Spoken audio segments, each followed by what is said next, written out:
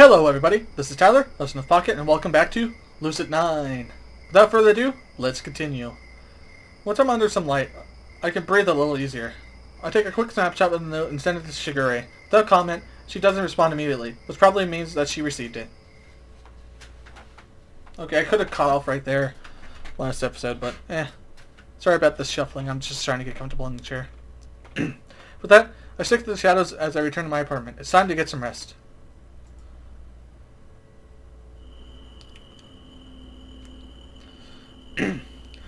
The evening welcomes me with frosted arms as I stride into my beloved glade, my lovely burden slung over my shoulders. The sky is clear tonight, bitter, vacant, a spiraling abyss in a sea of strangled light. I take a moment to admire it as the familiar vegetation is crushed beneath my soles. Nothing constrains me, no competent bureaucracies, no iron gates, no suffocating schedules. Not at this hour. Not at my hour. I dump my burden upon the ground, from that she lolls away, still in the haze of beauty sleep, innocent, peaceful, dreadful. I ready my knife, taking my earnest vigil at his side. When the princess awakens, her guardian will be eagerly waiting. Oh? Well, that was terribly quick. I zoom next to my burden as she jerks upright, eyes rolling in panic. Good morning, sweetie. Where am I? Her voice trails into indistinguishable croaks as her wide, pale eyes fix on mine. I spare a chuckle. What? Expecting someone else. How did I get here? How else? I settle for a moment, allowing her to take in her surroundings, allowing her to see how dire her situation is. What fun is it without a tinge of panic? Please don't hurt me, please. What makes you think I would hurt you? So you'll let me leave? I casually lift my serrated weapon, allowing her to catch the moonlight at just the right angle. Now, why would I do that? I advance towards her. Slowly, she ekes away, pulling her weight by her hands, but she is too tremulous to even attempt to run. A little dull, but vermin are vermin. Please, I have a mom, a dad, a boyfriend. I want to study. I want to grow up. Usually, it's cute when they beg, but this girl is bothering me. Well, I want to have a little carving practice. So what shall we do? Carving practice? And Mazal, my fingers twitch with impatience. Yes, carving practice. And I'd best get started. I savor my moments with her, leisurely, meticulously. Should try to waste my time. I ought to return the favor. I finish all too quickly. The screams die in my ear as fading echoes of stilted crimson plummet from the edge of my blade. The beautiful mess scattered across the ground in a sight for sore eyes. I take a moment to savor it. My canvas. My masterpiece. The heart of my soul and the soul of my heart. If only it could have lasted a little while longer. Finished. A shadow slips from behind the trees, plodding unceremoniously on top of my finished work. Watch your step. You're desecrating my chief d'art, or where? The figure only stands in silence, waiting for my reply. I attempt a different line of questioning. Where are the others? Elsewhere? So I gathered. Are they coming? No. So, who shall pick up my toys? I gesture to the artwork beneath the figure's feet. It doesn't budge. Me. You. Yes. By yourself? Yes. Call for others.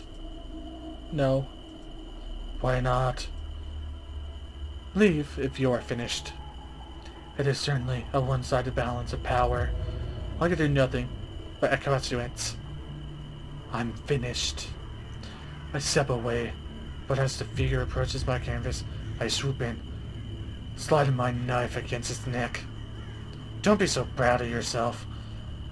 The moment you are no use to me, I shall have my way with you. It only stares unblinkingly at me, unfazed. Not finished? Equal parts disgusted and perturbed, I withdraw my weapon. I'm finished. Finished with you, too.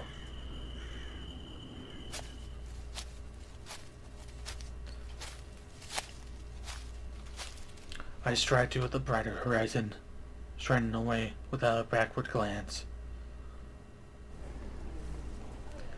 When I arrived at school, still bleary-eyed from the nightmare excursions, I'm greeted with an unusual sight. A group of students, primarily female, are huddled around the post. As I edge closer, I manage to listen in. Your fault! She was wrong about you, and now she's gone! What did you do with her, you freak? Where is she? Tell me where she is, please. Answer him! How could you do this to us? Suddenly, Rui blazes by me right into the center of the group, which bounces backwards in shock. I'm barely able to catch a glimpse of her face through the massive heads. What are you guys doing? Out of my way, Rui! This has nothing to do with you! No! I'm tired of this! You've been picking on her since she started school! And you haven't even give a good reason! Good reason? Talk to Shiori. He's our good reason. The group shuffles apart, granting me some space. Finally managed to see the cause of the problem. A slight figure crouched against the gate with an empty look in. Wait, isn't that the same girl that I met yesterday? Well, Shiori? She's been missing for 2 days, and no one could find her. Didn't go home, didn't answer calls or texts. It's just like she just disappeared. Disappeared, just like the rumors. You guys do remember who started the rumors, right? Look, Rui, this would make the 3rd disappearance. Have you been watching the news? Yeah, this is the 3rd time that an Academy student's vanished off the face of the planet. Heard, coincidentally, right after talking with the Akiri. Technically, Midori disappeared before school started. Oh, yeah, just like 2 days before. Why are you so stubborn? Avery's guilty. Why are you so stubborn? Maybe she's not. So you don't understand how people work. No wonder you don't have any friends. Rue's face closes in hurt, and a raw, fury pang of rage courses through my body. I storm to her side, unceremoniously shoving away anyone in my path. Yama? Oh, you. Who's this? Your boyfriend? My anger briefly subjoins into panic, but I shove it away. You're all disgusting, picking on someone just because she's not like you. Hey, you don't even know the context. Butt out. Oh, let me guess. You know everything? You know for certain that Eiko... Ari! Has anything to do with these disappearances? Twice. Twice is a coincidence. Thrice is a pattern. A pattern for narrow-sighted people who won't take in any other factors. Are you stupid? There aren't any other patterns. The police said no, so themselves. Oh, and they told you this directly? I thought it was on the news, moron. And it's not like the news has ever twisted the facts or told us anything but the honest truth. You wouldn't be acting so high and mighty if you knew how important Akane is. You wouldn't be acting so prejudiced if you had a brain. Words are spelling out of my mouth before I even consciously think of them. My whole body thrums with cold, frozen hatred. Freak, don't want to play with you. I'm not letting anyone else go through that. Not Rui. Not Eri. You think we're being rude to Eri? We're being rude to Shoji. Yeah, she was Shoji. Love of Shoji's life. Because everyone knows that every high school relationship lasts forever. You'll probably get over her in a week or two. A deadly silence descends on the group. Rui pinches my sleeve, her expression unusually troubled. That went a bit too far, Yama. I only clench my jaw and lock eyes with the boy called Shoji. His face blinks from panic to nothingness in less than a second. A chilled silence falls over the entrance. You. He seconds forward, raising a tremulous hand. You bastard! His fingers pull into a fist, and before I can blink, his hand is soaring straight at me. Shadow blurs in front of me, swiping at Shoji's arm. Shoji trembles to the ground as if thrown by an unknown force. The moment is held on pause, broken only by frantic whispers of the gathering crowd around us. Shoji jerkily pushes himself to his feet, his footing loose from fury. Eri idly steps in front of me, arms hanging limply by her sides. Her expression is passive, but something about it gives Shoji pause. Hey, what's going on over here? Mr. Ryuta pushes the throng of students apart, books hiked over under one arm. All the students start to babble at once. Mr. Ryuta, Akane has been absent for 2 days. Can't contact her. Those guys provoked Shoji into a fight. Mr. Ryuta waves his hand for silence, an unusually stern expression on his face. Shoji, are you hurt? No, sir. Good. Rui? Yes, Mr. Ryuta? Meet me during lunch. You too. No, Rico. Yes, Mr. Ryuta. Both of you will give me an account of what just happened. I'll make a judgment after I heard both stories. Understood? Sullen silence meets his inquiry. He only sighs. Accusations are for children. You guys know that, right? If you're going to claim something, use evidence. If you're going to fight, make sure you have the right reason. Dismissed. He raises his hand to scatter us off to class. We head to the classroom in silence. Splitting ways at the staircase, I notice that Rui keeps close to Eri, stubbornly meeting the gaze of my cockwords en route. Well, looks like I'm gonna get in trouble. Surprise, surprise. I probably shouldn't have interfered with that situation. I probably should have stayed out of it. Usually I do. I know that high school is basically just a cesspool of idiocracy and it's best to keep out of it. No, not even high school life in general. But seeing that girl there, hedged in by such a large group of students being accused with nothing to defend herself, and seeing Rui leap to her defense, just like she did for me 10 years ago. Well, I guess it brought out something that surprised even myself. If anyone has a right to suspect that girl, it should be me. First I met her walking alone in District 6, acting like some creepy mechanical doll, and then I learned that her reputation at school is sketchy at best. That's suspicious even by my standards, and I'm friends with Yahiko. But it's possible that everything is a misunderstanding. It's possible that she really just wants friends, that she's a normal person inside, and that she just had a difficult time conveying her thoughts. I understand that feeling. I understand it more than anyone else. Ahem.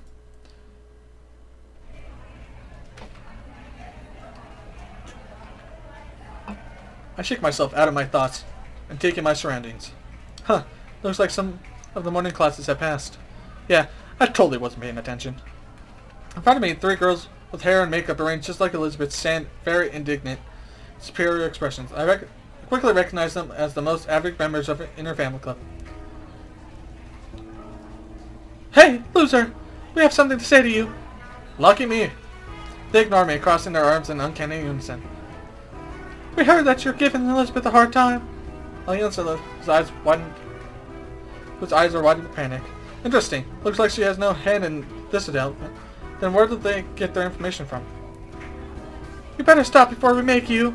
Elizabeth deserves better. Idiots. I only snort and turn back to my homework. Hey, look at us. No thanks. I don't feel like vomiting. I think, but managed to keep my mouth shut. Thoroughly exasperated of these girls, I nod at my head at Elizabeth and raise my eyebrows in warning. Her face pales slightly and she slides over to my desk, smiling faintly at the three girls. Hello! Oh, Elizabeth, this guy's bothering you for a while, right? Elizabeth opens her mouth, clearly intent on agreeing with the girls, but I shake my head ever so slightly. She grits her teeth together, but somehow manages to keep her smile intact. Thanks for your concern, but it's really fine. The girls blink in clear surprise. Oh, are you sure? What did you just saying the other day? Saying? Saying what? I don't know what you're saying. Ha! Ha ha ha! She sends an uneasy glance at me. I only smile innocently. This really shouldn't be fun, but it is. Remarkably so. I thought Yama was bothering... No, it was, a misunderstanding. Oh, alright.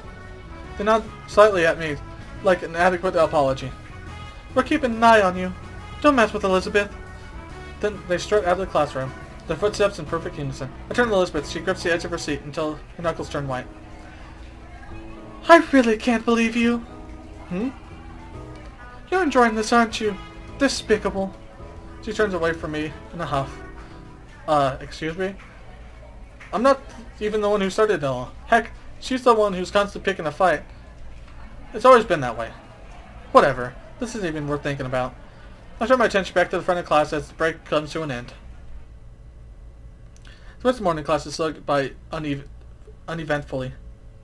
This time, Elizabeth is clearly sulking. Misaki is just as focused as ever. And by focused, I mean she's on her phone the entire period. When time comes, I tap Yahiko on the shoulder as I grab my backpack. Hey, lunch? Huh? What? Lunch. Cafeteria. Oh, right, yeah. Sure. Right, cafeteria. Something wrong?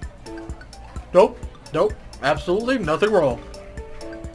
I was just thinking, it'd be nice to have a couple more minions. Is that what your club is for? Club? The blank look on his face is foreign to me. I slap him on the back.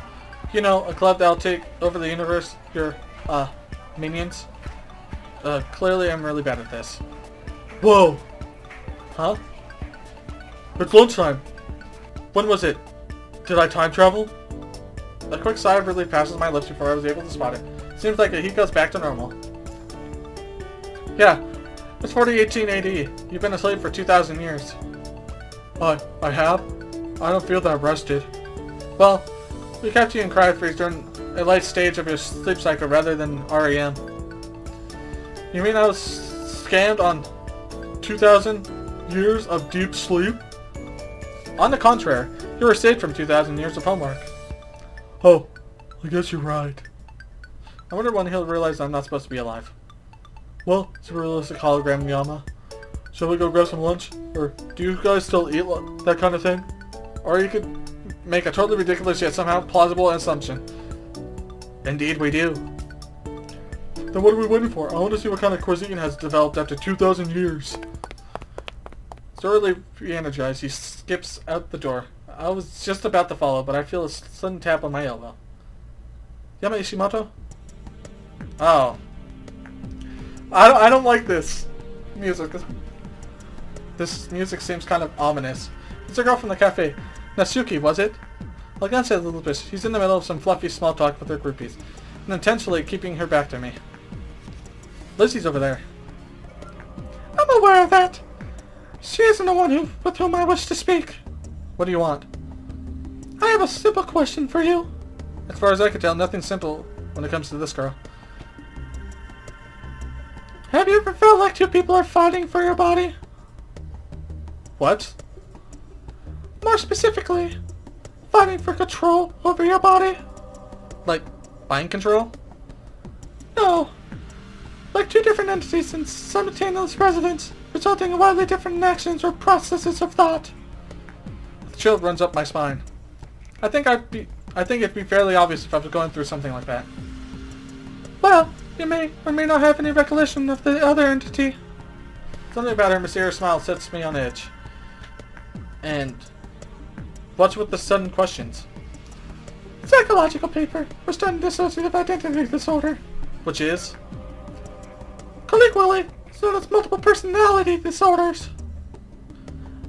I would say you should know of it already, but perhaps your alter ego surfaces during psychology class. Whoops. I clenched my jaw at her obvious accusations, searching to find an answer in her face. I find none. So, do I look like the kind of person who has multiple personality disorder? Do you want to know the answer to that question? Look, I gotta go. I'm sorry. For asking Elizabeth, since she's the one who's rapidly switching between being nice and being a pain in the ass. She only nods and smiles, but I sense her eyes boring through the back of my head and as I slip out of the classroom. I attempt to shake off the encounter as I head to the cafeteria, but Natsuki's words linger in the back of my mind. Thankfully, when I wave, Yahiko immediately waves me over, face cheerily shining. Have a seat, my loyal minion. Today's special is baby back ribs. I can see that from your plate. You can divine the stuff from my plate? Look at my love life fortune. He's acting obviously normal. Did he forget something Did he already forget that he's supposed to be in 2,000 years in the future? Just eat. Well, I suppose I'll let it slide this time. But a master is supposed to command his minions, not the other way around. Exactly. What? Nothing. I glance around the cafeteria as I start on my own plate. I recognize quite a few faces. Natsuki and Elizabeth surrounded by groupies. Masato, and a few track members. Akira and a few drama club members. Rui's absent, probably speaking to Miss Ryoga on my behalf. Misaki too, though I rarely see her around a tech of class. And in the corner eating alone is Irie. She seems to be satisfying herself with her own plate of ribs. Why does she have a peach? Something about the picture looks empty. Lonely. Say, that gives me an idea. So, how's it been with the ladies? Huh? Did you even ask? Fantabulous, of course. Would you mind teaching this humble servant of your ways? I thought you would never ask. But, why now? Try to wave off this question by gesturing to Arie's direction. So, how about her? Oh, someone's caught your eye, have they? His eyes flicker in Arie's direction. I expect him to coo about how adorable she is, how lovely her hair is, how perfect her nose or chin is, or whatever it is. But he only pauses his eyebrow furrowed in confusion. Huh? What is it? She looks kind of familiar. Like, really familiar. Ordinarily, I'd think that he's crafting a pickup line, but its bewilderment seems genuine. Where'd you see her? I have no clue. Eventually, he just shrugs this off with an easygoing grin. Well, my good minion, we shouldn't be wasting time. Watch and learn from the great master. Well, I guess it's not important. As always, it would be an honor to see your spectacular techniques. I know, right? You should be grateful I'm not making you pay tuition for such enlightening lessons. Well, they're certainly enlightening, but probably not in the way he's thinking. I bet that's the number of girls you've seduced is uncountable. You got that right. Well, technically 0 is uncountable. First lesson, my dear apprentice, never waste time. Are they eating? Great. Depressed and withdrawn? Fantastic. Saying that they want to be alone? Perfect. I have 4 questions. 1, 2, 3, 4. Love waits for nobody, Yama. Remember that. I can't help but chuckle at just how terrible his advice is. By any chance, have you gotten slapped? Oh yeah, all the time. Why is he saying that like it's a badge of honor? You see, evoking a strong reaction means that you've touched the young lady's heart. The line between love and hate is thinner than the line between love and apathy. That's why the most important thing is to make a big impression. That's unusually perceptive. On that note, we're wasting time. Then the board will last to deduce. Chico promptly skips over to Akiri. Eyebrows raised in flirtatious attack. Hey! How does it feel to be the most beautiful girl in the room? Looks like the Akiri It's already hitting hard. How will his opponents respond? It's not very effective. Can I see your uniform tag? I gotta see if you were made in heaven. A spectacular hit. How will the last dodge out of this one? China. Huh? The uniforms are made in China. Curry staggers back from a fatal encounter. Well, I wasn't. I mean... It seems like he's in a state of shock. The last season's an opportunity for an efficient maneuver. Your food. What? Will you eat it? Hey, what are you doing to my ribs? It's a critical hit. Lots of bold moves have paralyzed the curry. You're gonna get fat if you eat so much.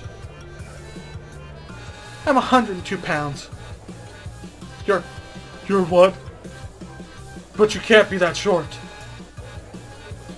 5 feet, 2 inches. It's super effective. Kari is silenced. He can no longer use magic.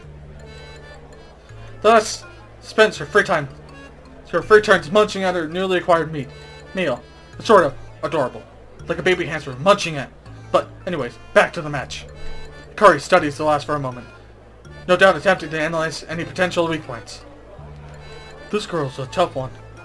Usually I don't allow for things like this, but, Yama, why don't you give it a shot?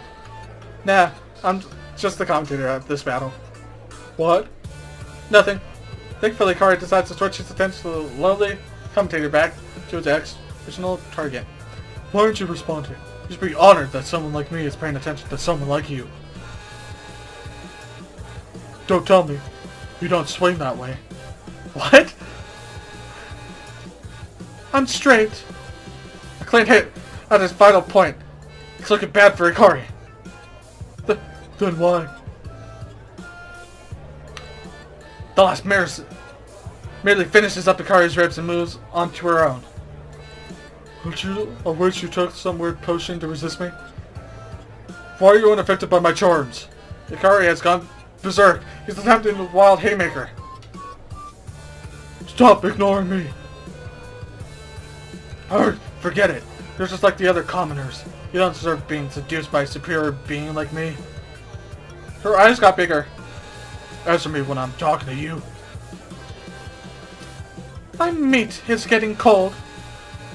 What an amazing display of indirect trash talking. Boss has just placed Ikari below some humble baby back ribs. You! Ikari hurt himself in this confusion. Meaty, but bully, I'll have my revenge. I tell you, revenge! And Ikari exit the ring. Automatic forfeit. Instant KO! Nothing. As Avery finishes up the meal on her plate, I settle into the chair next to her. It's hard to tell from the stoic expression on her face, but she seems a little happier than a few moments ago. I'll leave this episode here. This has been Tyler, Listen to Pocket. Peace out.